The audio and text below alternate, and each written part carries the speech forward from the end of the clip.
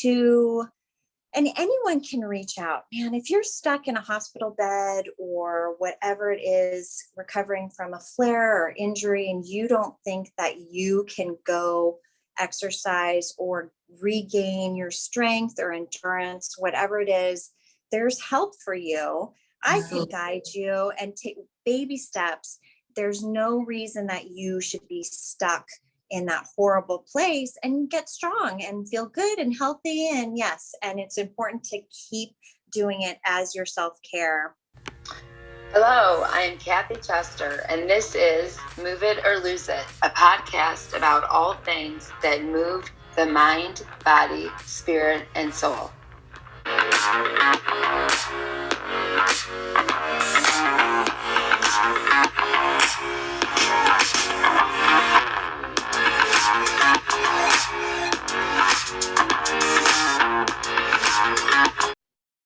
Okay, today we are interviewing Jen on our Move It or Lose It podcast. Jen, we're so excited to have you all the way from California, but we're stuck here in Michigan and it's cold.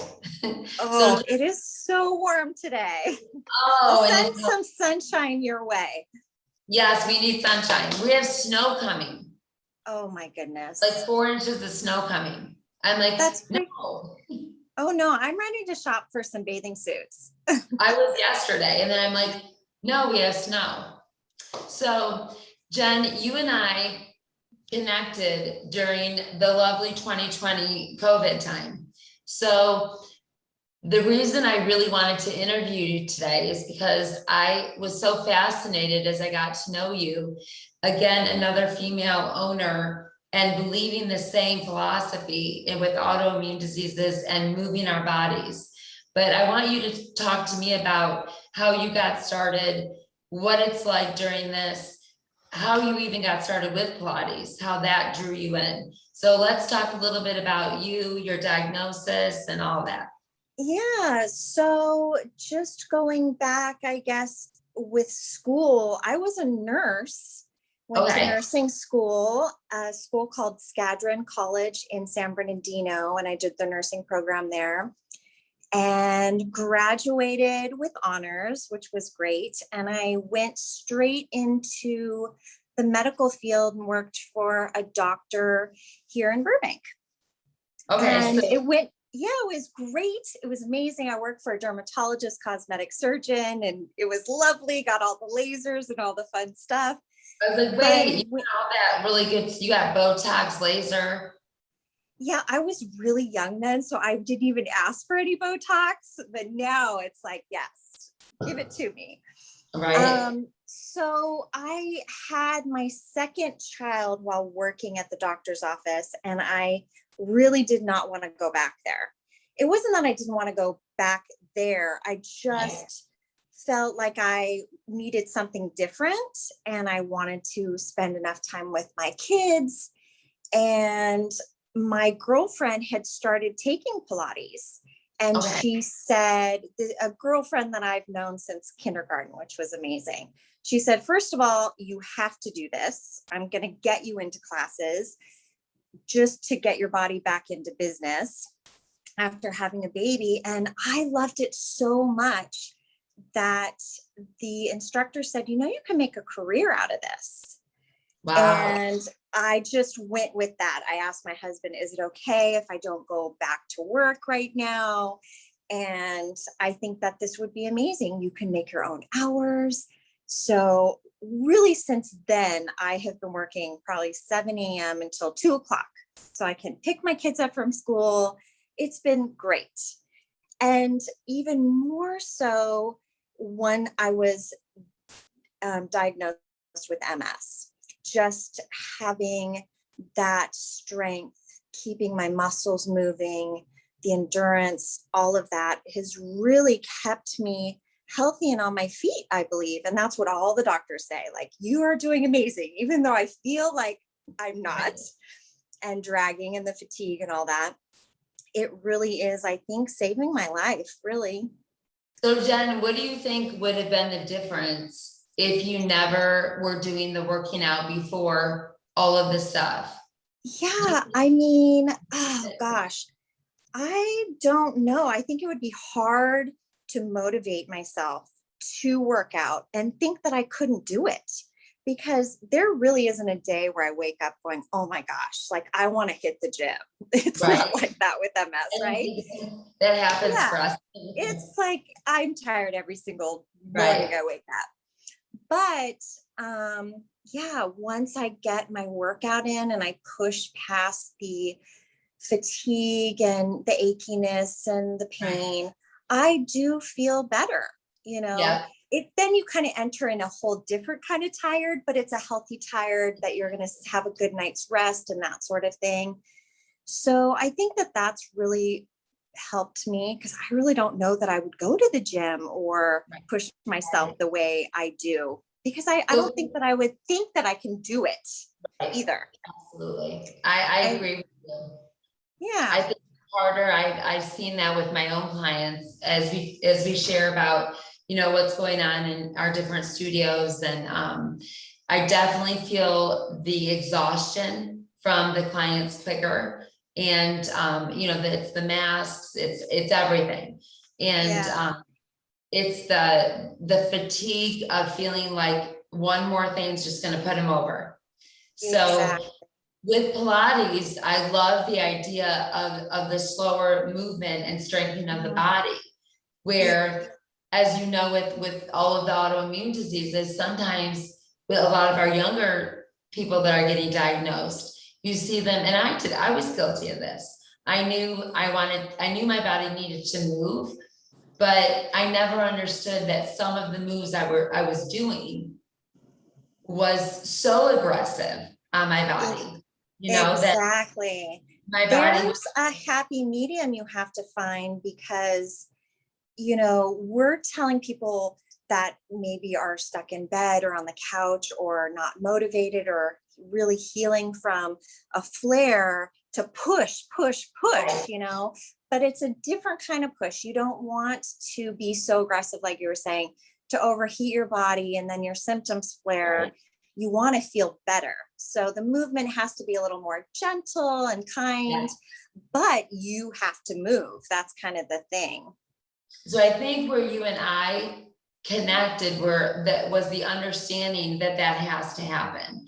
And I think, unfortunately, with a lot of our autoimmune MS, all of that community, all of our community, is because it's taken so many years for it to finally come out and say, yes, exercise, movement is crucial to us staying healthy. I do believe that having that mindset, and I see it more and more, and I know from my own going back and forth to the doctors and the changes that they have said, the strength that I built up from all the years of working out. So when I asked you that, I was curious, because I don't think that you would have healed as fast had you not kept your body as strong. So if you don't mind sharing, Jen, I would love you to share about what had happened during all of the craziness when COVID started for you. So yes, with COVID, of course, it was scary and awful, lockdown, and being a mom with MS and keeping my family safe and healthy and continue to work. And I shut my business down. Well, we closed our doors, and So wait, go back, Jen. I want them to know you also own your own gym as well. Yeah, I do. So I run my own Pilates studio. And the thing that's happening in California right now is it's very expensive to have employees, and it's very expensive to have independent contractors. So, and that's, I guess, about the last year or two. So we all decided, and I've been working with these Pilates instructors as long as we've all been training, which is amazing. So we all decided to just be independent contractors and kind of run our own little business within, like a sole proprietor. And everyone has their own website, and we take care of our own clients, but we're still together. But it works out amazing. What's that? How does that work out? I love it. It's great because I feel like everyone is kind of making their most money. It's not all going to one person. You're making the most hourly. Each independent contractor pays their own taxes. And then with that, though, they pay an hourly rent wage. Gotcha. And it just has been working out. And everyone kind of feels like, there isn't like a boss.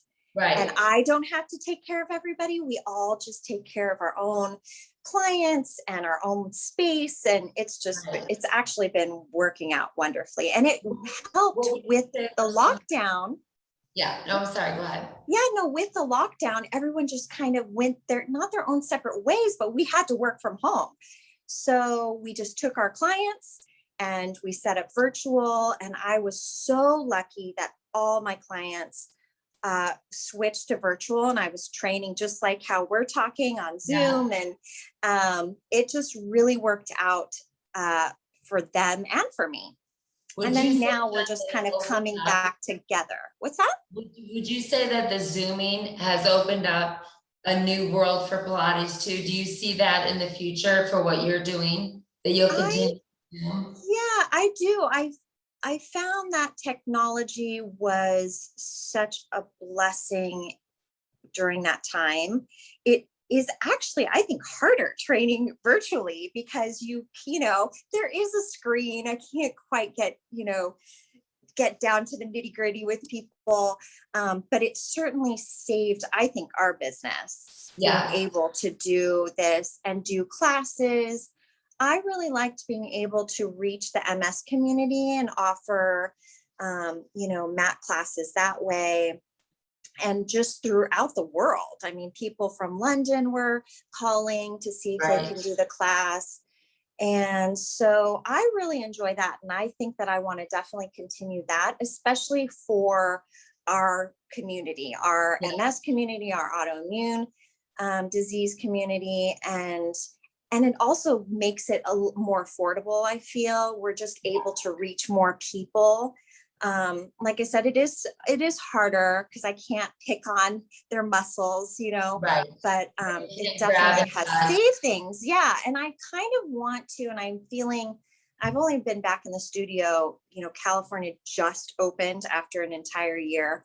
So I'm doing a little bit of everything virtual. I'm in the studio and I'm doing house calls still.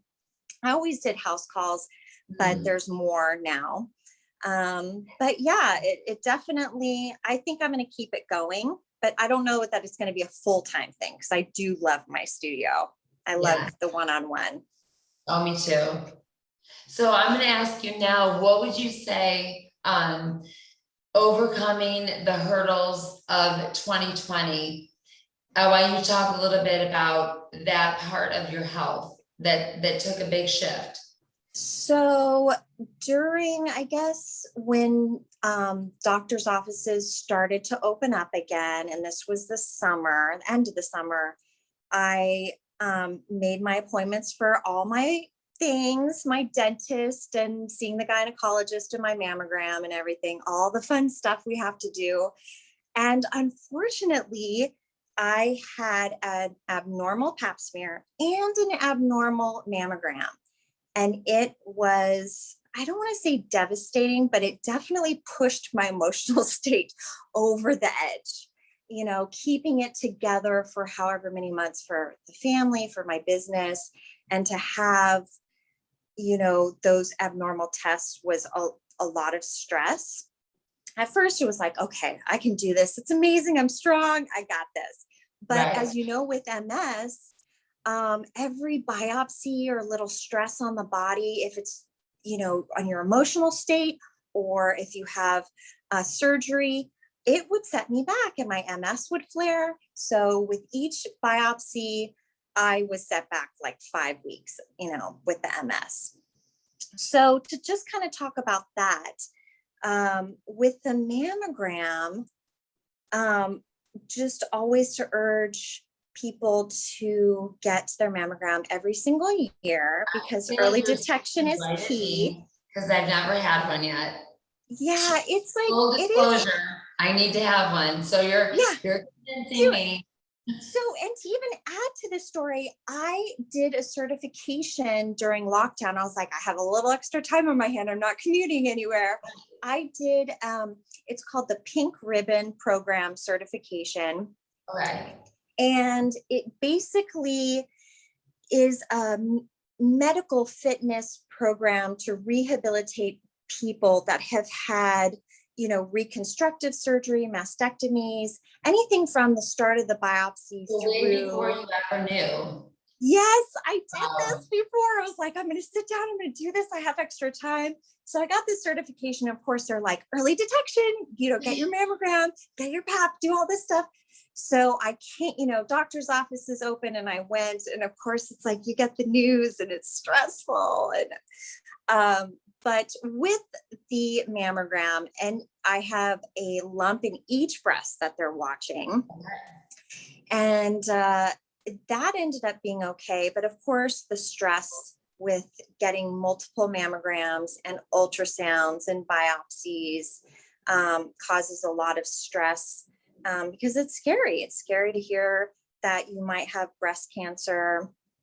It looks like I'm just one of those women that, I have dense breasts. They're large, they're big and beautiful, and they're lumpy, and I will always get called in after a mammogram. So if you get that call, try to just be calm and always just keep following through. And I'm definitely one of those women that, this is probably going to come up multiple times in my life. But the other thing I want to talk about was the Pap smear, and it's another thing that women should not put off. And though it's not the most fun appointment, it's quick and easy. And again, they're just checking for cervical cancer. And the earlier you detect it, the better. Absolutely. So that came back abnormal. And that was scary. The biopsies for that area, it's painful. Again, every time I have a biopsy or procedure, that puts stress on the bodies, the MS symptoms flare. So I've been flaring with my MS. So far that we're just calling it a pseudo flare. I just had my MRI. So we'll see if I have any new lesions or anything. I ended up having to have a pretty serious surgery called LEAP. And they remove most and part of the cervix. They're able to test the cancerous areas. And a lot of it was called high-grade squamous cell, which is a precancerous cell. But if you let it linger, then that's what turns into the in situ, is what they call it, cancer. So most of my cervix was like the high grade 4, which is next. And then I had a little bit of, the cervical cancer in situ.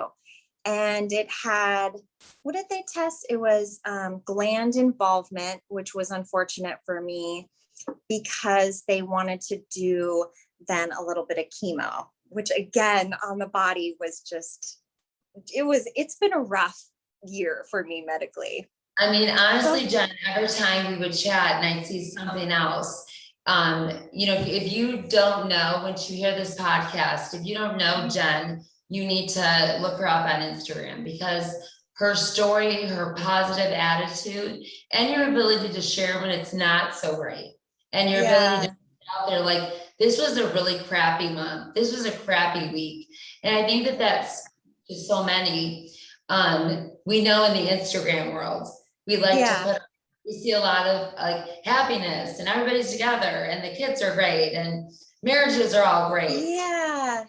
So Thank you. I find it, I mean, I started the page as an MS support page, and I didn't know where it would go.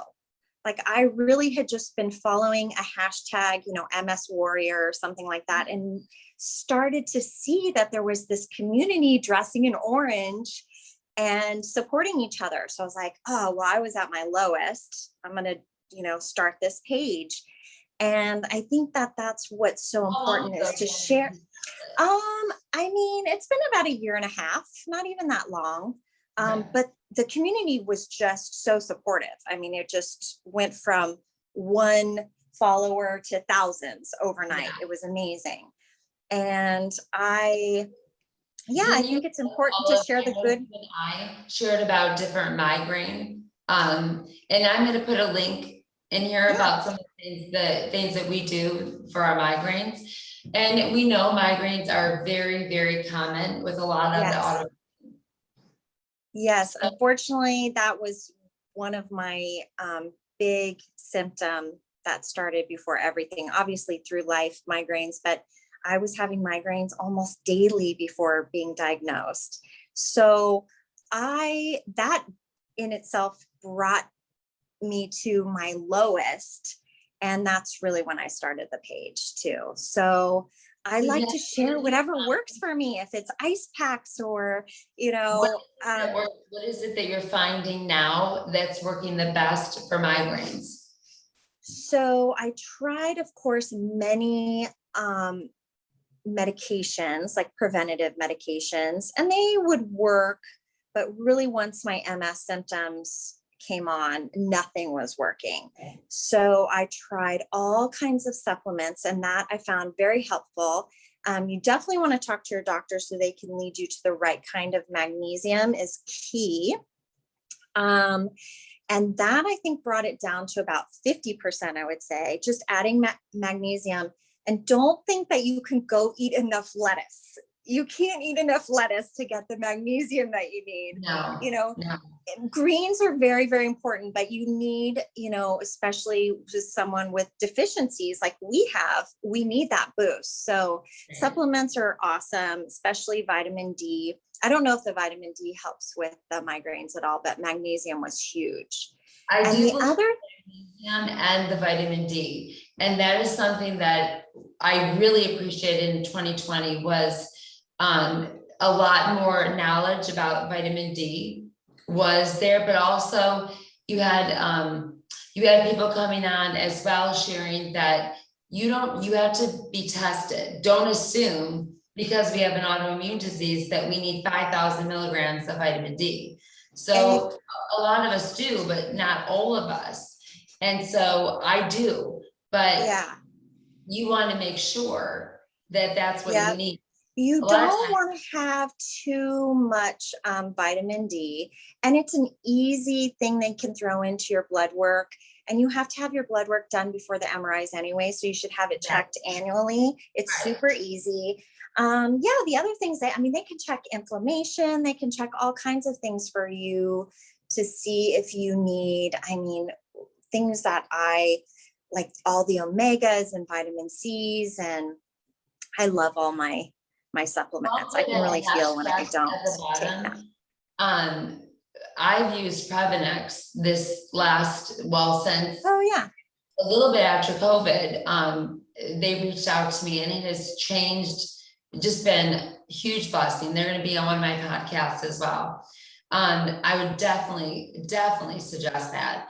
And I'll put that on the bottom of the notes as well. But I do want to ask you, how would you say that your community, your company has been able to give back throughout all of this? What would you say the biggest thing that you've been able to do yourself, family, community, business? What have you been able to give back?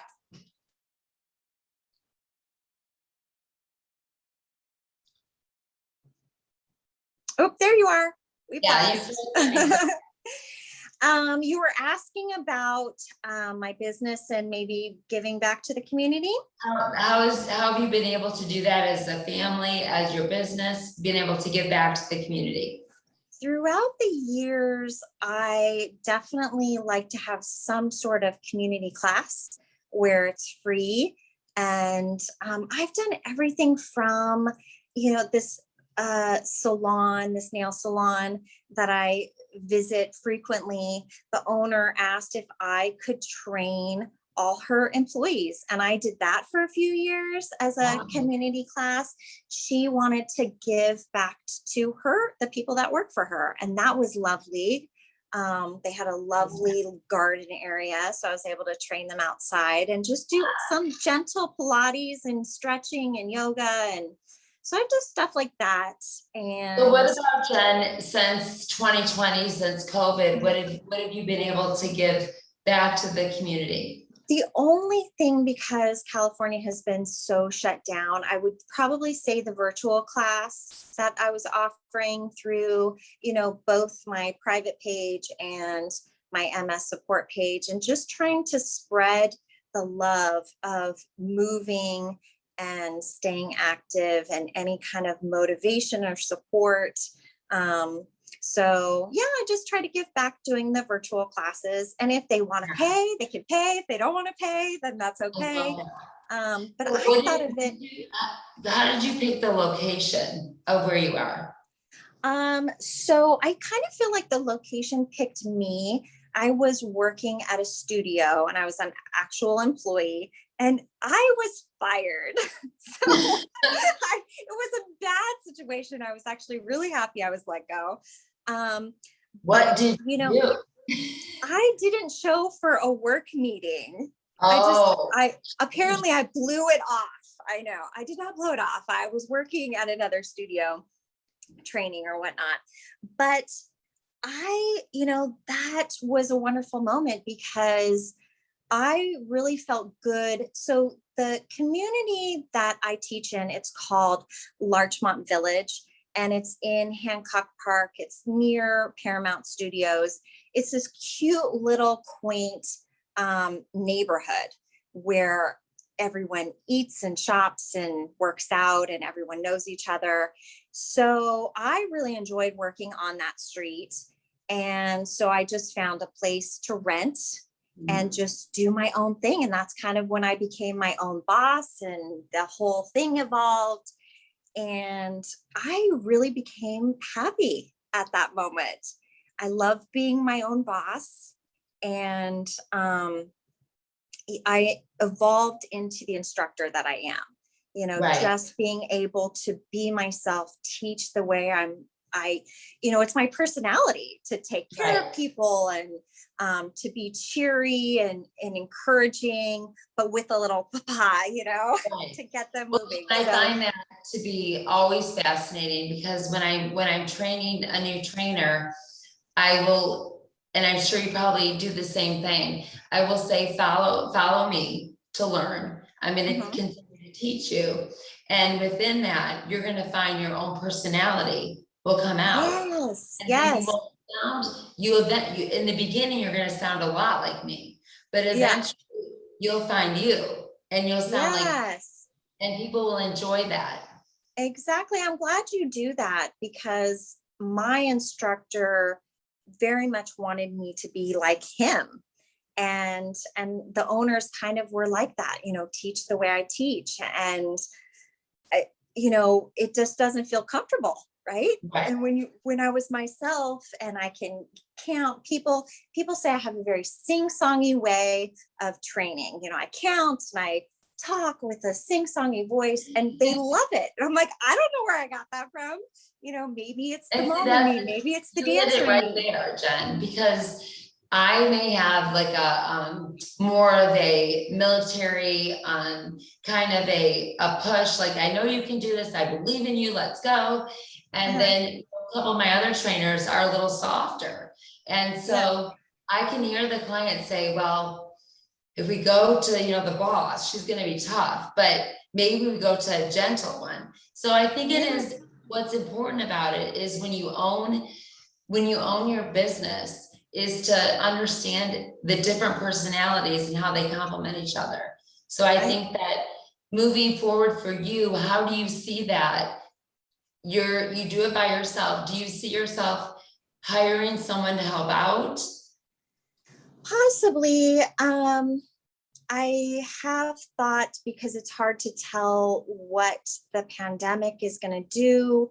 Our rent is very high on the street in particular, but I like being on it and people go there. And I think they go there because of the shopping and the restaurants, and they like to walk down to the market, and that small community feel within LA is really nice.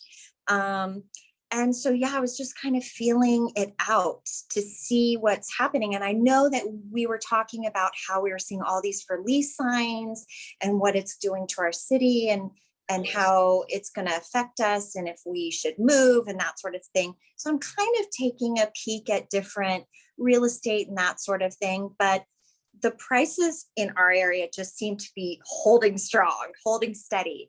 So I'm just kind of waiting to see. My phone's been ringing a lot and a lot of new clients coming in and calling, which is so great and encouraging. So I think we're going to make it through this. I think we're going to make it through this pandemic 2020 craziness. My other question is, one of the things I enjoyed, we're now hearing back from clients that had moved. And now that the room open up, virtual, Zoom classes, things like that, now I'm getting contacted by clients I haven't seen in a long time because they're like, I don't want to go back to the gym. Can you train me? So are you finding that you're able to connect with some clients you haven't been able to see in a while? Definitely. And people that were even going to a yoga studio, group classes haven't opened up at all in our area still. We don't know what's going to happen with the yoga community, unfortunately. So I'm getting a lot of those calls from people, and people that I haven't heard from, and they've been now sitting and enjoying themselves for a year. They need to get back at it. So it's nice. It's nice to hear from people. It's nice that people now are seeing it as an opportunity to get moving and get fit and take care of themselves. Also, people are still very much in Los Angeles, still working at home. So a lot of these people are finding that they can go have their private training, but not have to worry about commuting and the drive and then work and blah, blah, blah. So that's been really nice too. So I'm actually seeing a lot of people from Paramount Studios. It's like, this look is good. Yeah. I really am enjoying that with the Zooming and the virtual, it gives you more time because we have so many people working from home. So they're like, well, I could do my lunch break and do this. And I love that because it opens up times that I normally would not be able to train them. Exactly. And I was feeling like trying to adjust my schedule is like having, the first half of the day really busy at the studio. And then the second half is the virtual, and then kind of alternate like that. Right. It's not quite working out like that. I'm all in different places at the same time, but just as long as the Wi-Fi works, we're all good. So right. The Wi-Fi. Yes. And we're pivoting is like the word, right, for 2021. Yes. Pivot, innovative. Yep. Yes. And I see that. So now that you're feeling stronger, I'm going to put some notes. So how can people get a hold of you and find you if they're near, they want to get back and get stronger? And how can we find you, Jen? You can look me up. My website is pilateswithjen, JEN.com, and you can book classes or privates through the website or call me. Just click on any of those buttons and you can get a hold of me. Perfect. Thank you for that. And I will have those notes, how to get through to you at the end of the podcast so people can find them. But I would say, what would you say to me getting ready to end our podcast was the best part that you can take away from 2020 and the most difficult? Oh gosh. I know I just my husband a lot. That's hard. I have really good questions. I feel like, the best part, I have no idea if my family would agree with this, was the 3-month lockdown where I just had my family and we were all working and at home in the same place. And just the cuddles and the togetherness, did they want to be hanging out with me at the end of the 3 months? I do not know. But I liked that. I cherished it. Once I felt safe, once I felt like, okay, we're not going to run out of food. It's going to be okay. And it's not going to be an apocalypse. It's going to be okay. Right. it was, yeah, I think that was my favorite part. And I, had a great time with my husband. We have TV time. I don't know. I liked it. We cooked together every night. So I would say that that was definitely the best part. I love that. Also, the best part though, is I really feel like it was confirmed that I am meant to teach Pilates. Like, I love this. I don't know what I would do if I didn't have it. It makes me happy. And when I'm teaching, I actually get a little high, especially with new people. Oh, it feels so good. So that was a gift too. And let's see, the worst thing, I think would probably be this, the cancer scare. I got through it, but I don't know how graceful I felt, if that sounds. What would you say? What got you through? What did you grab? Was it your faith? What was that thing that you just, I can get through this? I know it's so hard to say, because when I was going through it, I didn't feel collected and calm, because it was like, here's the pandemic. I think I don't know if I'm ever going to be able to open my studio. They just kept pushing back 3 more months. And then with oh, well, now you have to do chemo. And now this, I felt kind of unhinged. But I think just knowing that I had my family support and calling on my family to talk about my stress and feeling like I don't have a grip, like, I'm sorry, I don't have it. I'm not together. I think that's what got me through. I wish I could say that I was super strong every moment of every day, but yeah, with the cervical cancer, it really just pushed me over the edge, but I got through it. I did, and got through and went right into the holidays with chemo and all that. Yeah. And it's Jen, watching you, I can say that I would, if I had to give you a word, you didn't survive, you thrived in that.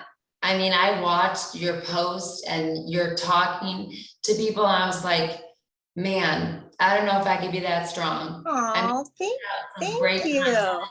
And really supported and really opened up the door to, once we have that knowledge, we've got one autoimmune disease. A lot of times we know there's another one there, but we get very fearful of that. So I think you opening up, and I'm so thankful for you being very free and very open, because it is a scary thing to know that, yes, I know I've heard that there could be other autoimmune diseases attached to this, but your advice, Jen, to get checked. And we can't keep using the excuse that I hear a lot. I'm too afraid. I can't go to the doctor and get checked, because we survived this only to I know. And it's such a bummer too, to think it's like, oh, well, we have multiple sclerosis and we're doing all this hard work.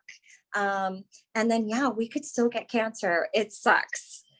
We can still get another autoimmune disease. We could get another, we can break bones. We can lose our eyesight, whatever. It still can pile on, unfortunately. But it's going to be all okay. And you do have to take care of all of your regular things, even from going to the dentist and your eye exams and everything. Just stay on top of that, just like as if you were to take care of a child. You take your kid to the doctor every year, you have to take yourself to the doctor every year. Yeah, definitely. Because we know that if we're not okay, we're not okay for anyone else. We can't get back to our spouse, our family, but taking care of ourselves. And I think that, again, what we really connected on was self-care. 100% is about, do I want to get my hair done? Yes, self-care. Yes. Self-care. Massage, self-care. But one of the things I think we miss is that self-care, our bodies have been through so much. And the idea that we don't need movement and we don't need to get that strength back. So really turning people around and understanding that that is a key part of self-care. I think so too. And anyone can reach out, man. If you're stuck in a hospital bed or whatever it is, recovering from a flare or injury, and you don't think that you can go exercise or regain your strength or endurance, whatever it is, there's help for you. I can guide you and take baby steps. There's no reason that you should be stuck in that horrible place, and get strong and feel good and healthy. And yes, and it's important to keep doing it as your self-care. Well, I appreciate that, Jen, very much. And I would, a little teaser is that Jen and I had planned to do a combo class a long time ago, but we put it on hold. So we're going to make the date, and so get ready. Now that my health is all back on track, it took a little bit, and I'm excited to do that. I love a combination class. You would get a little bit of both of us, and a little bit of HIIT and a little bit of Pilates. You can kind of see that you can totally do it, and anybody's welcome. And, you know, we're here to make adjustments and just make it available to everyone. Well, even Jen, if you're stuck in a chair, whatever your deal is. That's what we've been doing a lot of chair workouts for a lot of our autoimmune. And it's been so great because the patients then understand I can still do this. And so we'll work, and I'll say, yes, you can. So that's a wonderful thing about Pilates as well. With if you're doing mat work and you have an autoimmune, you stay on the floor. You know, it's not up and down. If that's a fear, it's sitting or laying down and moving from there. So if it helps wrap your brain around a workout and the challenge, it's totally, you're able to do it. Yeah. I am looking forward to working with you. Thank you. Me too. Thank you for participating, being on my podcast. Thanks for having me. I enjoyed it. I love seeing your face. I love seeing you finally. I can't wait to go visit you. I know, that would be wonderful. And I could come visit you. I've never been to Michigan. Yes.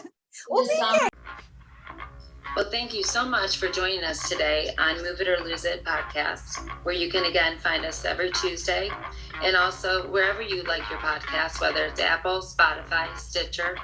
Join us on that. And we can't wait to see you again. We're going to have a lot of exciting guests and working together. And as always, you'll hear us say at the end of every podcast, we are stronger together. So let's do it. Let's become stronger together.